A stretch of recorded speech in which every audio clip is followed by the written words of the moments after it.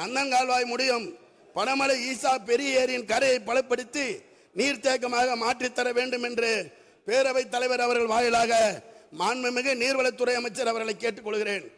அடுத்து விழுப்புரம் மாவட்டத்தில் திருக்கோயிலூர் தொகுதியில் கடந்த ஆண்டு பெய்த கடும் பெருமழையால் பாதிக்கப்பட்ட எல்லிஸ் அணைக்கட்டை 89 கோடி ரூபாய் செலவில் 15,000 ஏக்கர் பாசன வசதி பெறுவதற்காக புதிதாக கட்டி தந்த மாண்புமிகு தமிழக முதலமைச்சர் அவர்களுக்கும் நீர்வளத்துறை அமைச்சர் அவர்களுக்கும் வனத்துறை அமைச்சர் அவர்களுக்கும் என்னுடைய நன்றியை தெரிவித்துக் கொள்கிறேன்.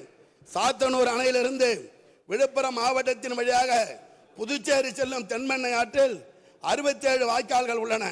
இதன் மூலம் 7,000 ஏக்கர் பாசன வசதி பெறுகிறது. இந்த வாய்க்காலில் உள்ள தலைப்பு மதிகளை சீரமைத்து மழைக்காலங்களில் வெள்ள நீர் புகாத வண்ணம் நடவடிக்கை எடுக்க வேண்டும் என்று மாண்புமிகு நீர்வளத்துறை அமைச்சர் அவர்களை கேட்டுக்கொள்கிறேன். விழுப்புரம் மாவட்ட ஆட்சியர் பெருந்தட்ட வளாகத்தில் புதிய பேருந்து நிலையத்திலும் மழைக்காலங்களில் அதிக நீர் தேங்குகிறது.